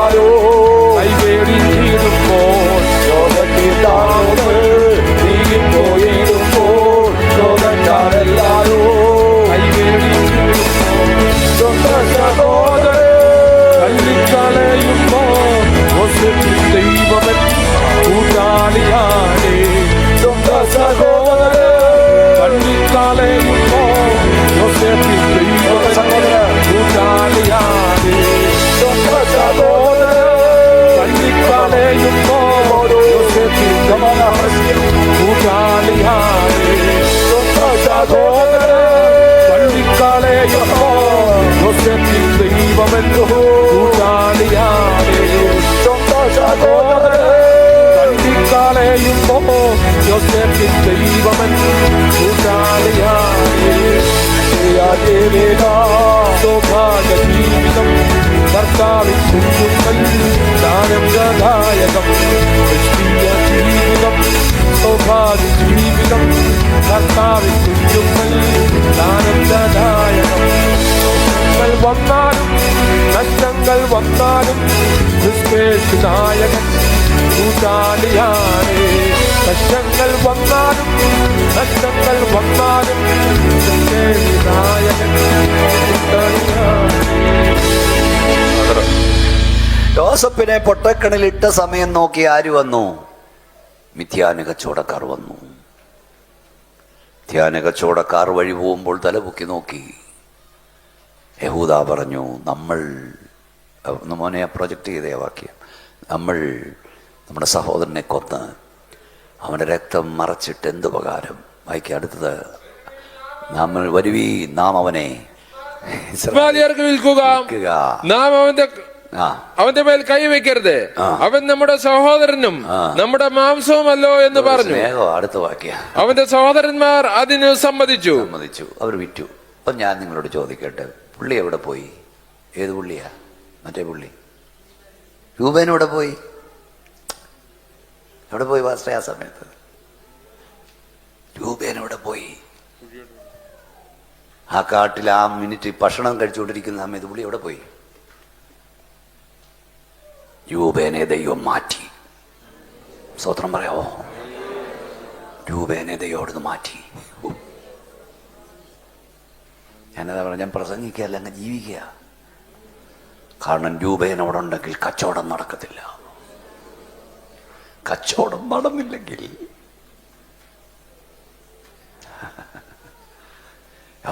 മിശ്രീമിലെത്തില്ല. രൂപേനെ,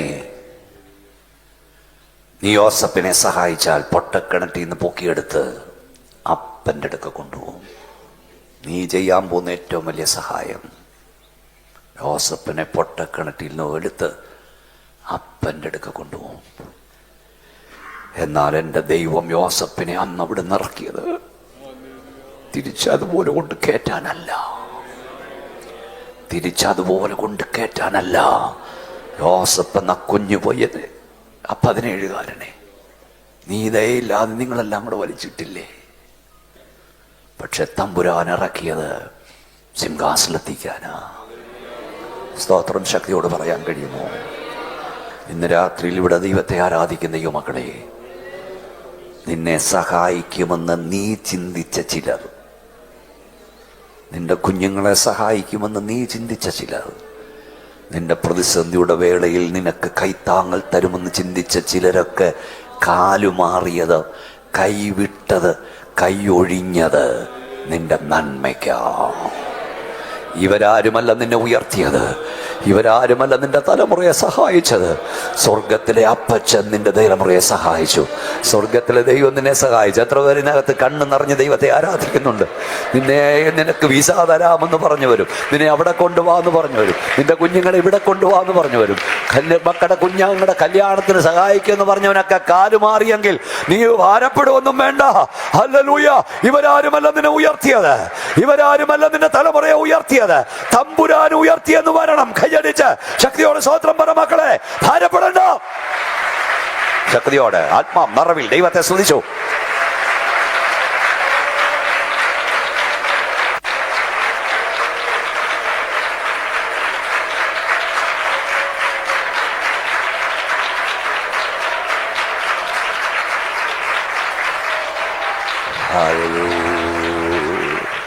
ആരെങ്കിലുമൊക്കെ വാഗ്ദാനം പാലിച്ചില്ലെന്നോ സഹായിച്ചില്ലെന്നോ ഓർത്ത് അവരെ ആരെ ശത്രുവായി കാണരുത്. ദൈവം എന്നെ ഇതൊക്കെയാണ് പഠിപ്പിച്ചേക്കുന്നത്. നിങ്ങൾക്കത് പറഞ്ഞു തരിക.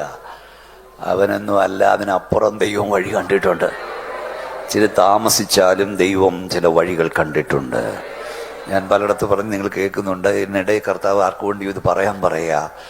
ഇന്നലെ ഞാൻ പറഞ്ഞ പോലെ ദാവീദിനെ റെക്കമെൻഡ് ചെയ്തത് ശൗൽ രാജാവല്ല, ദാവീദിനെ റെക്കമെൻഡ് ചെയ്തത് ശമൂവേലല്ല, ദാവീദിനെ റെക്കമെൻഡ് ചെയ്തത് സ്വർഗത്തിലെ ദൈവമാണ്.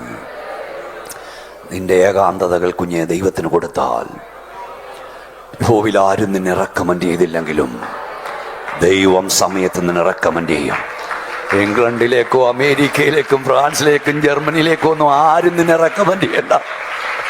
തമ്പുരാൻ പറയും, രാജാവാക്കാൻ കൊള്ളാവുന്നവൻ, സ്ഥാനത്തിരുത്താൻ കൊള്ളാവുന്നവൻ ഒരുവനുണ്ട്, ഞാൻ അവനെ കണ്ടിട്ടുണ്ട്, ഒരു വിശ്വസ്തനെ ഞാൻ കണ്ടിട്ടുണ്ട്.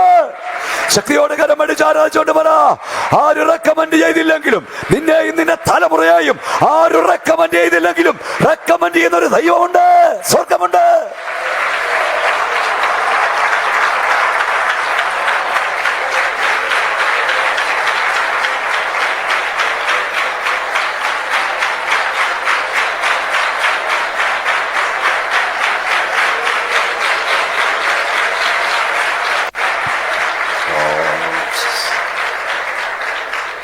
യോസേഫിന്റെ ജീവിതം നാലായി തിരിക്കാം, മൂന്നായി തിരിക്കാം. A beloved son, A slave, A prisoner, നാല് എ പ്രൈം മിനിസ്റ്റർ. അപ്പൻ ഏറ്റവും പ്രിയനായ മകൻ, പിന്നെ അടിമക്കൊച്ചൻ, പിന്നീട് കാണുന്നത് എ prisoner, ഒരു കുറ്റവാളിയെ പോലെ ജയിലിൽ കിടക്കുന്ന യോസേഫിനെ. അവനെന്തോ ചെയ്തിട്ടാ? പിന്നെ കാണുന്നത് പ്രൈം മിനിസ്റ്ററെയാണ്, ധനകാര്യമന്ത്രിയാണ്. അവനൊരു അങ്കി ഉണ്ടാക്കി കൊടുത്തു, സ്നേഹിച്ച്. ആ അങ്കി സഹോദരന്മാർ ഊരി മാറ്റി. നിസാര വസ്ത്രം കിട്ടി, അത് ഉടുത്തുകൊണ്ടായിരിക്കും അങ്ങോട്ട് പോയേ. പക്ഷെ പൊത്തിഫേർ ഒരു അങ്കി ഉണ്ടാക്കി കൊടുത്ത് കാണും. അവിടെ ചെന്നു ആ അങ്കി പൊത്തിഫറിന്റെ ഭാര്യ ഊരി മാറ്റി. എന്നിട്ട് ജയിൽ വസ്ത്രം ധരിപ്പിച്ചു. ദീർഘവർഷങ്ങൾ യോസേഫ് ജയിൽ വസ്ത്രം ധരിച്ച് കിടക്കേണ്ടി വന്നു. എന്നാൽ ആ വസ്ത്രം ഫറവോൻ ഊരി മാറ്റി. എന്നിട്ട് രാജവസ്ത്രം ധരിപ്പിച്ചു. അതുവരെയുള്ളതൊക്കെ ഓരോരുത്തർക്ക് ഊരി മാറ്റാൻ നിനക്ക് തൻ്റെ ഇടമുണ്ട്. ഇതൊന്നും ഊരി മാറ്റ. മനുഷ്യൻ തന്നതൊക്കെ മനുഷ്യനെടുത്തു മാറ്റാൻ കഴിയും, എന്നാൽ ദൈവം തന്നതെടുത്തു മാറ്റാൻ, നിനക്ക് ദൈവം തന്നതെടുത്തു മാറ്റാൻ ഒരു ശക്തിക്കും കഴിയില്ല. ഈ വസ്ത്രത്തെ തൊടാൻ കഴിയില്ല. ഓ, ശക്തിയോടെ ആരാധിക്കാം, സ്തോത്രം പറയാം, മഹത്വം പറയാം. മക്കളെ, ദൈവത്തെ സ്തുതിച്ചോ. അബാ റബ നഗദ നഗദനിയ ഉഡമ ശഖോനിയ ഹംതുന ഉഡബൽഖാന സഥോനിയ. ഹല്ലേലൂയ.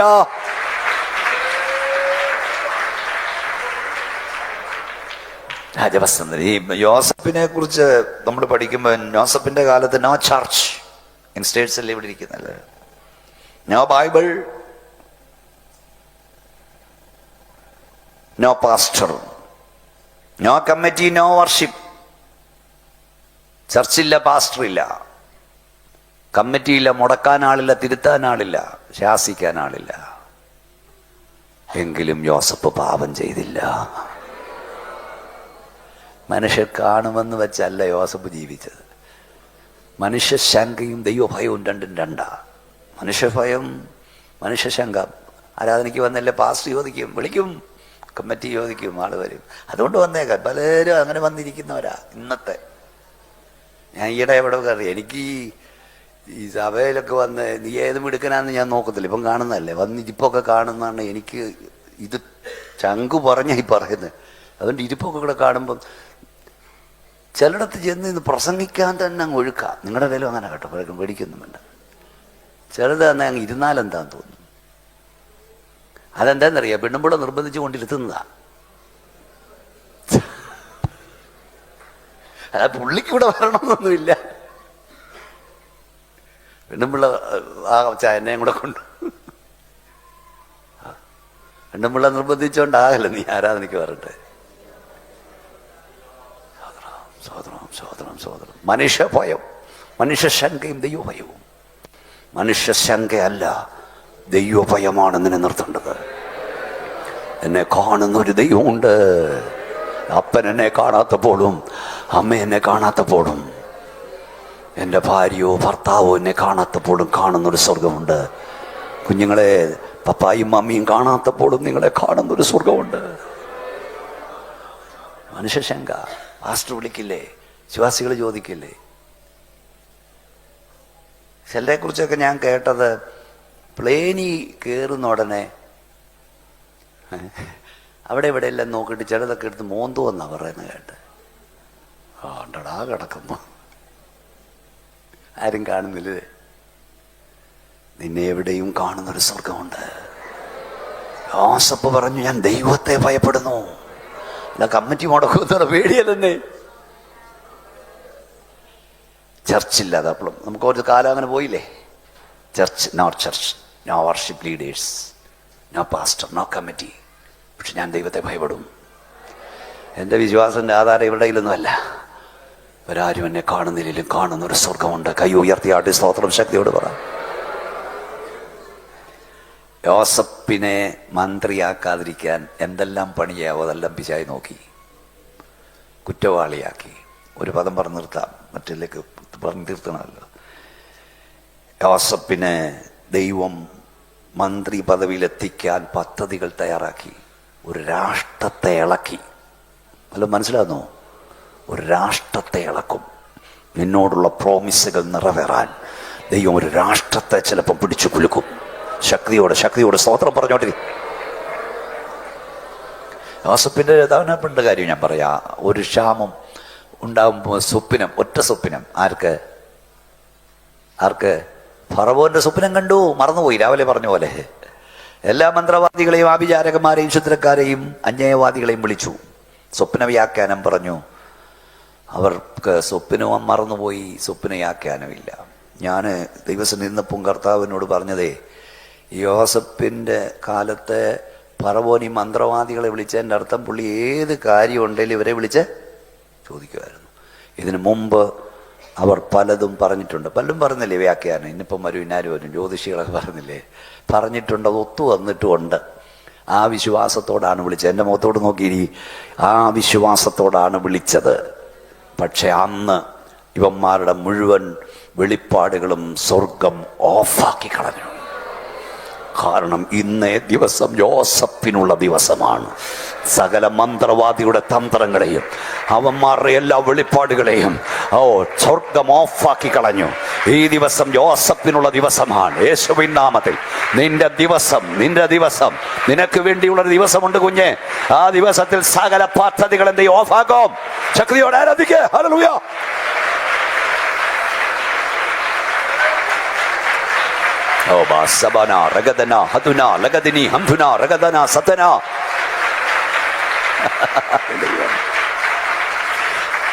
ഏലിയാവ് വെല്ലുവിളിച്ചു, തീ കൊണ്ട് ഉത്തരം വരുന്ന ദൈവം. 400 ബാലിന്റെ പ്രവാചകന്മാരും 450 അശേരാ പ്രവാചകന്മാരും വെല്ലുവിളി ഏറ്റെടുത്തു. അവര് പറഞ്ഞൊക്കെ അവരെ കൊണ്ടുവന്ന് എല്ലാം വെച്ചിട്ട് നിലവിളി തുടങ്ങി. നിലവിളിച്ച് രാവിലെ മുതൽ വൈകിട്ട് വരെ വിളിച്ചിട്ടും ബാലുത്തരം അരുളുന്നില്ല. പിന്നെ ദേഹം മുറിച്ച് രക്തം ഒഴുകാൻ തുടങ്ങി. ഞാൻ നിങ്ങളോട് ചോദിക്കുന്നു, ഇവർ ചുമ്മാത് മണ്ടന്മാരാണോ? 850 എണ്ണം ഞങ്ങളും നമ്മുടെ നാട്ടിൽ കണ്ടിട്ടില്ലേ തീയുടെ നടക്കുന്നേ, ചൂട് പായസം കോരി എറിയുന്നത്. അപ്പം അവർക്കറിയാമായിരുന്നു തീ ഇറങ്ങുമെന്ന്. ഒരു പ്രതീക്ഷ ഉണ്ടായിരുന്നു. പണ്ട് അവരും തീ ഇറക്കിയിട്ടുണ്ട്. ഇന്നലെ പറഞ്ഞ പോലെ ആ ഒരു പ്രതീക്ഷയോടെയാ അവർ വരുമോ? നിങ്ങൾ ചിന്തിച്ചു നോക്കിക്കേ. പക്ഷെ അന്ന് ദൈവം, പ്രൈസ് ദി ലോർഡ്, ആ തീ ഇറക്കുന്നത് സ്റ്റോപ്പ് ചെയ്തു. ഇന്ന് രാത്രിയിൽ യേശുവിന്റെ അധികാരമുള്ള നാമത്തിൽ പറയാം, ഏലിയാവ് പ്രാർത്ഥിച്ചാൽ തീ ഇറങ്ങും. എന്നാൽ ഏലിയാവ് പ്രാർത്ഥിക്കാൻ മുട്ടുകുത്തിയാൽ അന്യായ തീ ഇറങ്ങാതെ അതിനെ ബാൻ ചെയ്യാൻ നിന്റെ പ്രാർത്ഥനയ്ക്ക് കഴിയും. ശക്തിയോടെ കരമടിച്ച് സ്തോത്രം പറഞ്ഞോ. ബാലിന്റെ പ്രീ ഇറങ്ങാതെ അതിനെ ബാൻ ചെയ്ത് കളയും സ്വർഗം. നിന്നിലോ, നിന്റെ ഭവനത്തിലോ, നിന്റെ ദേശത്തോ, നിന്റെ സഭയിലോ അന്യാഗ്നി കത്താൻ ദൈവം ഇടവരുത്തത്തില്ല. ശക്തിയോടെ അന്ന് സ്വർഗം സ്റ്റോ ചെയ്തു. ഒരു തീ ഇറങ്ങരുത്.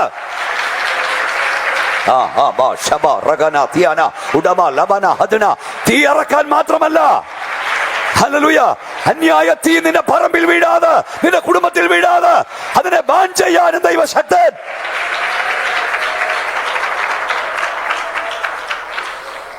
അന്നേ ദിവസം അവന്റെ എല്ലാം സ്വപ്നം കൂടും മടക്കി ദൈവം പെട്ടി മടക്കി. അവനെല്ലാം ചൊല്ലിട്ടു. ഞങ്ങൾക്കൊരു വെളിപ്പാടും കിട്ടുന്നില്ല. തമ്പുരാൻ ബാൻ ചെയ്തോടാ, ഇന്ന് യോസഫിന്റെ ദിവസമാണ്. കാരാഗ്രഹത്തിൽ കിടക്കുന്ന എൻ്റെ കുഞ്ഞിനെ രംഗത്തെനിക്ക് കൊണ്ടുവരണമെങ്കിൽ യോസഫ് ഒരു നിസാര സ്വപ്നമല്ലേ നമ്മുടെ ദൃഷ്ടി കണ്ട. പറവോൺ സ്വപ്നം കാണണം. സ്വപ്നം കാണുക മാത്രമല്ല, അവന്റെ രാജ്യത്തെ സകല അങ്ങനല്ലേ, സകല മന്ത്രവാദിയും സകലയാദ്യവാനും സകലാഭിചാരകനും സകല നാലാം വേദക്കാനും അവിടെ വന്നിട്ടും അവനെ കൊണ്ട് കഴിയത്തില്ലെന്ന് അവൻ ചൊല്ലിട്ടപ്പോൾ തമ്പുരാൻ ഒരുത്തനെ കൊണ്ടുവന്നു. ആടിയും മുടിയും എല്ലാം വളർന്ന് ജയിലിൽ കിടക്കുന്ന ഒരുത്തനെ കൊണ്ടുവന്നു. അവന്റെ വസ്ത്രമൊക്കെ ധരിപ്പിച്ച് സേവ് ചെയ്ത് കൊണ്ടുവന്നിരുത്തി. ഞാൻ ആത്മാവുള്ളവൻ, ഞാൻ ആത്മാവുള്ളവൻ വാ തുറന്നപ്പോൾ ദർശനവും വെളിപ്പെട്ടു, വ്യാഖ്യാനം വെളിപ്പെട്ടു. കാരണം യോസഫേ, ഇത് നിന്റെ ദിവസമാണ്.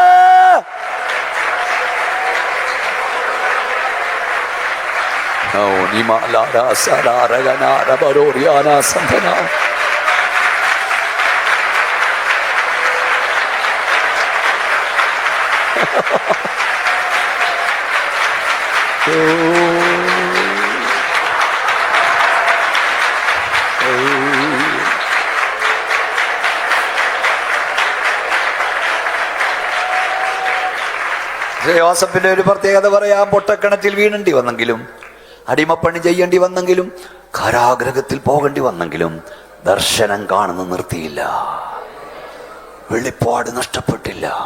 നിന്റെ വസ്ത്രമെല്ലാം ഇപ്പോഴും വെണ്മയായിരിക്കട്ടെ. പുറത്തിടുന്ന ഷർട്ട് പോലെ നിന്റെ ഹൃദയവും വെണ്മയായിരിക്കട്ടെ.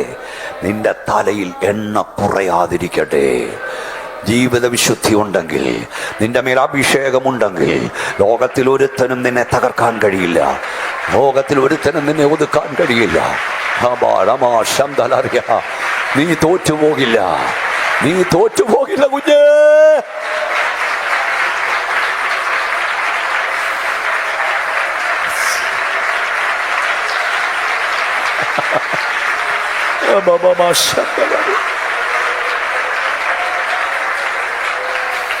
നിന്റെ വസ്ത്രമെല്ലാം ഇപ്പോഴും വെണ്മയായിരിക്കട്ടെ. നിന്റെ തലമേൽ എണ്ണ കുറയാതിരിക്കട്ടെ. ഞാൻ ദൈവവൃത്യന്മാരോട് പറയാറുണ്ട്, ദൈവദൃഷ്ടിയ സഭാ ശുശ്രൂഷ പോയാലും അഭിഷേകം പോകരുത്. കൂടെ നിന്നവരെല്ലാവരും നിന്നെ തള്ളിക്കളയട്ടെ. നിന്റെ മേൽ അഭിഷേകം പോകരുത്. എല്ലാവരും ഒറ്റപ്പെടുത്തിട്ട് അഭിഷേകം പോകരുത്. എന്തെല്ലാം നഷ്ടമായാലും നിന്റെ മേലുള്ള അഭിഷേകം നഷ്ടപ്പെടരുത്. പ്രവാചക ശിഷ്യന്റെ വീട്ടിലെല്ലാം തീർന്നു, എല്ലാം പോയി, കടക്കാർ വന്ന് പിടിക്കത്തക്ക അവസ്ഥയായി. എല്ലാം നഷ്ടപ്പെട്ടെങ്കിലും ആ വീട്ടിൽ ഒരു കാര്യം ഉണ്ടായിരുന്നു, എന്ത്? ഒരു ഭരണി എണ്ണ. ഒരു ഭരണി എണ്ണ കൊണ്ട് അവിടുത്തെ കടം മാറാൻ തുടങ്ങി. ഇന്ന് രാത്രിയിൽ ഒന്നുകൂടെ ഞാൻ പറയാം, ജീവിതത്തിൽ എന്തെല്ലാം നഷ്ടപ്പെട്ടാലും അഭിഷേകം നഷ്ടപ്പെടരുത്. എല്ലാവരും തള്ളിക്കളഞ്ഞാലും അഭിഷേകം നഷ്ടപ്പെടരുത്. എല്ലാവരും ഒറ്റപ്പെടുത്തിയാലും അഭിഷേകം നഷ്ടപ്പെടരുത്. ആരെല്ലാം നിന്നെ വീട്ടിൽ നിറക്കി വിട്ടാലും അഭിഷേകം നഷ്ടപ്പെടരുത്.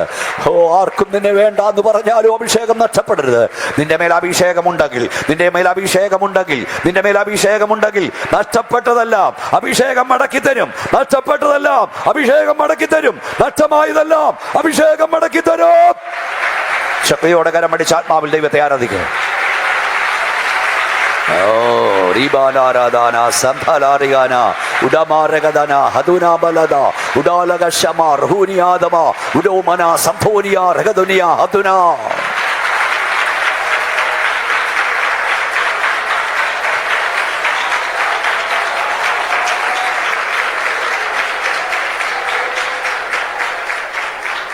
സംഭവിക്കില്ലെന്ന് ലോകം ചിന്തിക്കുന്ന ദൈവം സംഭവിക്കും. ഇസ്രായേൽ യോസഫിനെ ദൈവം സിംഹാസനത്തിലേക്ക് ഉയർത്തി. വാക്കു പറഞ്ഞവൻ പാലിക്കും.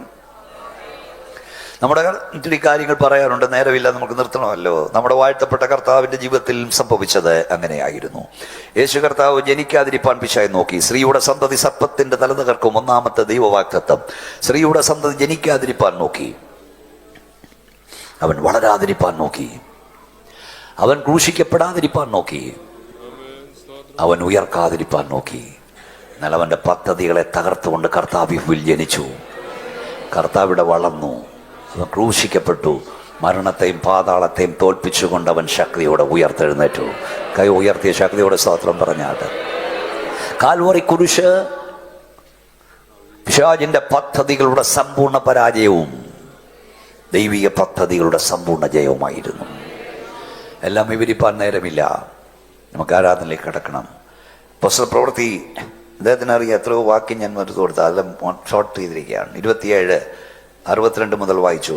27:62 മുതൽ. ഒരുക്കനാളിന്റെ പിറ്റേ ദിവസം മഹാപുരോഹിതന്മാരും പരീശന്മാരും പീലാത്തോസിന്റെ അടുക്കൽ ചെന്നുകൂടി. യജമാനെ ആ ചതിയൻ ജീവനോടിരിക്കുമ്പോൾ, ശ്രദ്ധിച്ചു വായിച്ചാട്ട് സഹോദര, യജമാനെ ആ ചതിയൻ എന്താ അവർ പീലാത്തോസിനെ എന്നാ വിളിച്ചേ? ആ ചതിയൻ ഉറക്കപ്പള്ളിന്ന് പീലാത്തോസിനെ എന്താ പറഞ്ഞേ? പീലാത്തോസിനെയാണ് യജമാനെ. ഇത് ഇന്നലെ പറഞ്ഞ പോലായി പോയല്ലോ. താതം പേർക്കായി സേവ ചെയ്താൽ വന്ന് ബന്ധിതരാക്കി അടിമകളാക്കുന്നു. യജമാനനെ ആരെയാ വിളിച്ചേ? യജമാനെ. ആരെയാ? പീലാത്തോസിനെ. എന്തോ കഷ്ടം. യജമാനെ ആരെയാ വിളിച്ചേ? പീലാത്തോസിനെ. പീലാത്തോസിനെ വിളിച്ച യജമാനനെ. യേശുവിനെ വിളിച്ച ചതിയൻ. യജമാനനെ ആ ചതിയൻ. യോഗ്യതയില്ലാത്തവനെ സാറേ എന്ന് വിളിക്കും. സർവയോഗ്യതയുള്ളവനെ ചതിയൻ എന്ന് വിളിക്കും. ലോകം അങ്ങനെ. മുൾമുടി നൽകിയ ലോകം നിനക്ക് പൊൻകിരീടം തരില്ല. യേശുവിനെ ചതിയൻ. പീലാത്തോസ് സാറ്. കണ്ണുണ്ടെങ്കിലും കാണാത്ത, ചെവി ഉണ്ടെങ്കിലും കേൾക്കാത്ത, വായുണ്ടെങ്കിലും സംസാരിക്കാത്തതിൻ്റെ ഒക്കെ മുമ്പിൽ കിടന്ന് കരയാ. Worship is the worship. യോഗ്യനായവനെ ആരാധിക്കുന്നതാണ് ആരാധന. യോഗ്യതയില്ലാത്തവരുടെ മുമ്പിൽ കിടന്ന് അനേകർ ദൈവമേ എന്ന് വിളിച്ച് കരയുമ്പോൾ യോഗ്യനായവനെ ആരാധിപ്പാൻ ദൈവം ഭാഗ്യം. ആ ചതിയൻ ജീവനോടിരിക്കുമ്പോൾ വായിച്ചു. ആ ചതിയൻ ജീവനോടിരിക്കുമ്പോൾ 3 നാൾ കഴിഞ്ഞിട്ട് ഞാൻ ഉയർത്തെഴുന്നേൽക്കുമെന്ന് പറഞ്ഞ പ്രകാരം ഞങ്ങൾക്ക് ഓർമ്മ വന്നു. അതൊക്കെ ഇപ്പഴാ ഞങ്ങൾക്ക് ഓർമ്മ വന്നത്. ഞങ്ങൾക്ക് ഓർമ്മ വന്നു. ഓക്കെ, വായിച്ചു. അതുകൊണ്ട് അവന് ശിഷ്യന്മാർ വന്നിട്ട് അവനെ മോഷ്ടിച്ചിട്ട് അവൻ മരിച്ചവരുടെ ഇടയിൽ നിന്ന് ഓടിപ്പോയതാ. ഒരുത്തനുണ്ടായിരുന്നു, എന്റെ കണ്ണാന് മൂക്കാന് നാക്കാണ്, ഞാൻ അവനെ അറിയുന്നില്ലെന്നും കൊണ്ട് തള്ളി, ഞാൻ ഇപ്പം ചാവെന്നും പറഞ്ഞ് നടന്നവനാ.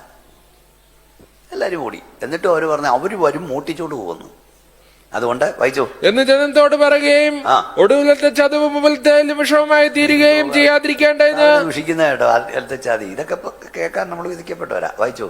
3-ാം നാൾ വരെ കല്ലറ ഉറപ്പാക്കുവാൻ കൽപ്പിക്ക എന്ന് പറഞ്ഞു. പീലാത്തോസ് അവരോട് കാവൽക്കൂട്ടത്തെ തരാം, പോയി നിങ്ങളാലാവുന്നിടത്തോളം പോയി നിങ്ങളാൽ ആവോളം ഉറപ്പ് വരുത്തുവീനെന്ന് പറഞ്ഞു. അവർ ചെന്ന് കല്ലിന് മുദ്ര വെച്ചു കാവൽക്കൂട്ടത്തെ നിർത്തി കല്ലറ ഉറപ്പാക്കി.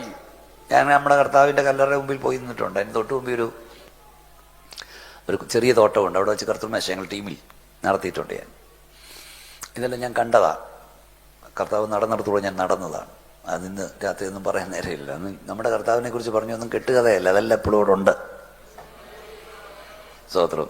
അപ്പൊ ഇവര് പറഞ്ഞു യജമാനനെ അവൻ ഉയർക്കുമെന്ന് പറഞ്ഞു, മോട്ടിച്ചുകൊണ്ട് പോകും, അതുകൊണ്ട് കല്ലറ ഉറപ്പാക്കും. അതില്ലാത്ത സമയമൊക്കെ എന്നും പ്രശ്നമില്ല. ലോകത്തിലെ എന്നോട് നോക്കിയിരുന്നാട്ട് ലോകത്തിലെ ഏറ്റവും വലിയ സൈനിക ശക്തി ആ കല്ലറയ്ക്ക് കാവലാക്കാൻ കൊടുത്തു. വലിയൊരു കല്ല്. ആ കല്ലേയും കണ്ടെന്ന് പറയാനാ വന്നേ. കല്ല് ഒരാളെ കൊണ്ടൊന്ന് ഉരുട്ടി മാറ്റാൻ കാത്ത വലിയ കല്ല്. ആ കല്ലയുടെ മുമ്പിൽ ഉരുട്ടി വെച്ചിട്ട് റോമ ഗവൺമെന്റിന്റെ ഇമ്പീരിയൽ മുദ്ര അത് ചാർത്തി. തൊട്ടാൽ മരണമാ. പീഡിത്തണ്ടന്മാർ തൊടില്ല. അല്ലാതെ തന്നെ ഓടി വിളിച്ചവന്മാർ ഇത് എവിടെ വരാനാ? ലോകത്തിലെ ഏറ്റവും വലിയ സൈനിക ശക്തി അന്നത്തെ ലഭിച്ച എല്ലാ ആയുധങ്ങളുമായി യേശുവിന്റെ കല്ലറയ്ക്ക് കാവൽ നിന്നു. വലിയൊരു കല്ലുരുട്ടി വെച്ചു. റോമ ഗവൺമെന്റ് ഇമ്പീരിയൽ മുദ്ര വെച്ചു. ദൃശ്യലോകത്ത് ഇത്രയും കാര്യങ്ങൾ നടക്കുമ്പോൾ അദൃശ്യ ലോകത്ത് സാത്താനും അവന്റെ സകല സേനകളും ആ കല്ലറയ്ക്ക് കാവലായിരുന്നു. കാരണം ഈ കല്ലറയ്ക്കുള്ളിൽ കിടക്കുന്നവൻ ഉയർത്താൻ അവന്റെ തല ചതയ്ക്കപ്പെടുക. കൂശി കയറിയപ്പോഴേ അവന്റെ ഇടപാട് തീർന്നു. ഇതിനകത്തു പോയവൻ ഉയർക്കരുത്. സകല സാത്താന്യ സേനകളും അദൃശ്യലോകത്ത് നമ്മുടെ കർത്താവിന്റെ കല്ലറയ്ക്ക് കാവൽ നിന്ന് ഉയർക്കാതിരിപ്പാൻ. അത് നടക്കുമ്പോൾ മറ്റൊരു കാര്യം കല്ലറയ്ക്കുള്ളിൽ നടക്കുന്നു. മരണവും പാതാളവും അവന്റെ കയ്യിൽ കിട്ടിയവനെ വിട്ടുകൊടുക്കില്ലെന്ന് വാദിക്കുന്നു. കാരണം 6 മുതൽ മരണം വാഴേണ്ടതാകുന്നു. വാണുകൊണ്ടിരിക്കുക. നമ്മുടെ കർത്താവ് വരുമ്പോഴേ ഇതിന് മാറ്റം വരുള്ളൂ. അതുകൊണ്ടാണ് മക്കൾ നോക്കി നിൽക്കുമ്പോൾ അപ്പനെ കൊണ്ടുപോകുന്നത്, അപ്പൻ നോക്കി നിൽക്കുമ്പോൾ മക്കളെ കൊണ്ടുപോകുന്നത്. കാരണം മരണം വാണുകൊണ്ടേയിരിക്കുന്നു. തൻ്റെ കയ്യിൽ വന്നവനെ വിട്ടുകൊടുക്കില്ലെന്ന് മരണം പാതാളം പറയുന്നു. എന്നെ നോക്കിയാട്ട് എല്ലാ ദൈവമക്കളും എന്നെ നോക്കിയിരിക്കണേ.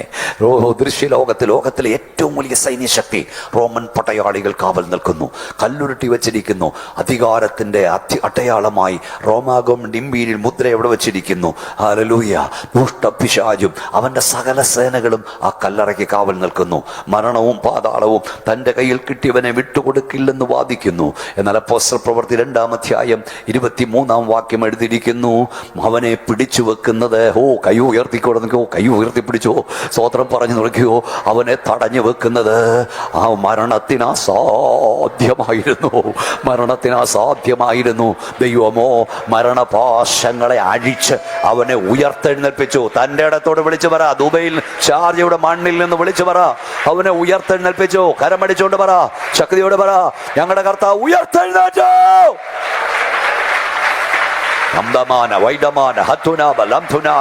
മരണത്തിന് അവനെ പിടിച്ചു വെക്കുന്ന അസാധ്യമായിരുന്നു. മരണപാശങ്ങളെ തകർത്തവൻ ഉയർത്തെഴുന്നേറ്റു.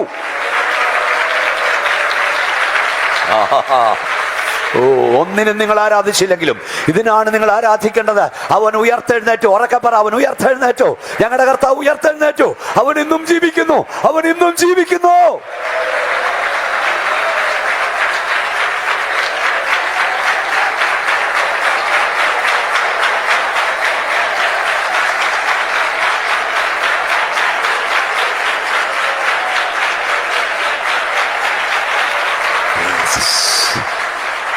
ഇന്ന് രാത്രിയിൽ യേശുവിന്റെ അധികാരമുള്ള നാമത്തിൽ ഞങ്ങളോട് പറയാം, നിന്റെ നന്മകളെ മുഴുവൻ ശത്രു ബന്ധിച്ചു മുദ്ര വെച്ചാലും ഒരൊറ്റ വാക്കിനാൽ അതിനെ അഴിക്കാൻ അധികാരമുള്ളവൻ ഇതിനകത്തേക്ക് കടന്നു വന്നിട്ടുണ്ട്.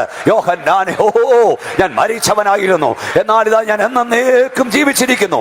മരണത്തിന്റെയും പാതാളത്തിന്റെയും താക്കോൽ എന്റെ കൈവശമുണ്ട്. ഒരിക്കൽ കൂടെ ഞാൻ പറയാം, നിന്റെ സകല നന്മയെയും കുഞ്ഞെ, നിന്റെ സകല നന്മയെയും ദുഷ്ടപിശാച് ബന്ധിച്ചു മുദ്ര വെച്ചാലും ഒറ്റ വാക്കിൽ അതിനെ അഴിക്കുവാൻ അധികാരമുള്ളവൻ ഈ രാത്രി ഇവിടെ കറങ്ങി വന്നിട്ടുണ്ട്.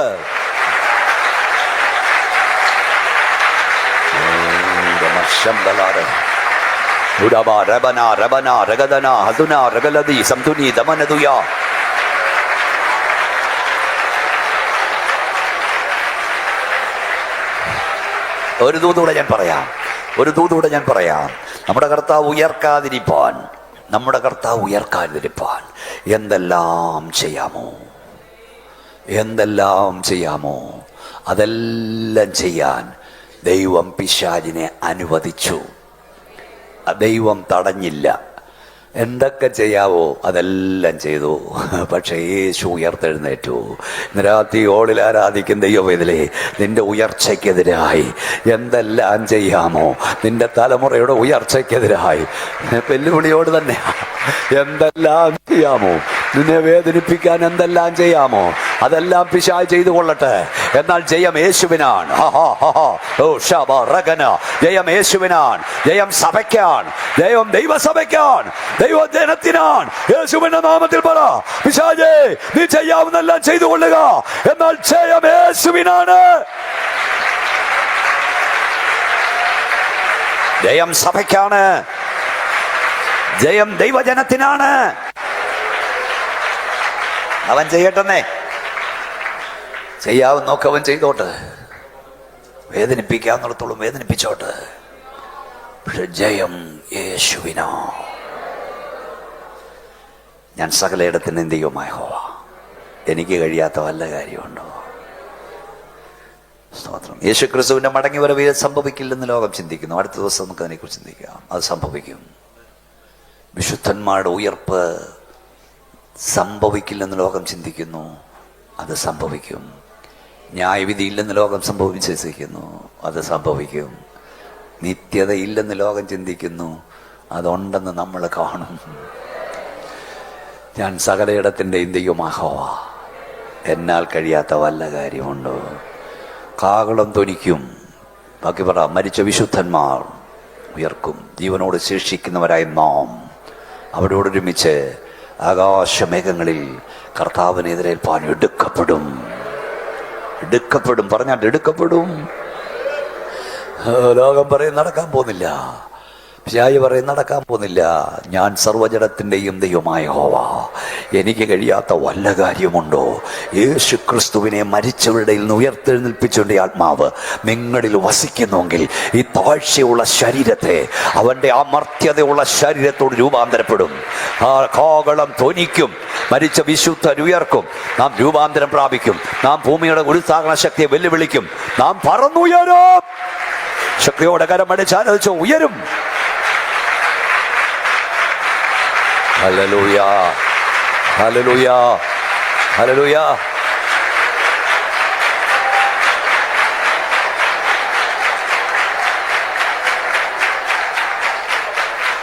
ദൈവവിശ്വാസിയായ ഒരു ശാസ്ത്രജ്ഞനോട് ചോദിച്ചു, മരിച്ചവരെങ്ങനെ ഉയർക്കും? മണ്ണിൽ കിടക്കുന്നവൻ എങ്ങനെ ഉയർക്കും? അദ്ദേഹം ദൈവവിശ്വാസിയായോണ്ട് ഐൻസ്റ്റീനാന്ന് തോന്നുന്നു. അദ്ദേഹം പറഞ്ഞു, ആദ്യം ഒരു ഇരുമ്പ് കഷ്ണം കൊണ്ടുവരാൻ പറഞ്ഞു, ഇടിച്ച് പൊടിയാക്കി വാരി വിതറാൻ പറഞ്ഞു. മണ്ണിലേക്ക് ഇത് വാരി വിതറിയിട്ട് ഒരു മാഗ്നറ്റിക് ദണ്ട് കൊണ്ടുവരാൻ പറഞ്ഞു, ഒരു കാന്തം കൊണ്ടുവരാൻ പറഞ്ഞു. ഈ മാഗ്നറ്റിക് ദണ്ട് ഇതിന് മുകളിലൂടെ ഓടിച്ചപ്പോൾ മണ്ണിൽ മറയപ്പെട്ട് കിടന്ന ഇരുമ്പയിരുകൾ ഫും ഫും ഫും വന്ന് ചാടി പിടിച്ച് ഒന്നിച്ച് ചാടി പിടിച്ചൊരു ഗോളം പോലെ ഈ മാഗ്നറ്റിക് ദണ്ടിലേക്ക് പിടിക്കപ്പെട്ടു. അപ്പോൾ ആ മനുഷ്യൻ പറഞ്ഞു, നോക്കൂ, ഈ മണ്ണിൽ മറയപ്പെട്ട ഇരുമ്പയിരിനെ മേളോട്ട് ആകർഷിച്ച് ഒന്നിച്ച് ചാടിച്ച് പിടിപ്പിക്കാൻ കേവലം ഒരു മാഗ്നറ്റിക് ദണ്ടിന് കഴിയുന്നെങ്കിൽ സകലത്തെയും തന്റെ വ്യാപാര ശക്തിയാൽ വഹിക്കുന്ന ദൈവത്തിന് കഴിയില്ലയോ? മനുഷ്യപുത്രന്മാരെ തിരികെ വരുവീനെന്നവൻ കൽപ്പിക്കും. യാഗം ചെയ്തോട് നിയമം ചെയ്തതിന്റെ വ്രതന്മാരെ എന്റെ അടിയിൽ കൂടുവെന്ന് പറയുന്ന മാത്രയിൽ ഭൂമിയുടെ ഗുരുത്വാകർഷണ ശക്തിയെ വെല്ലുവിളിച്ചുകൊണ്ട് നമ്മൾ പറന്നുയരും.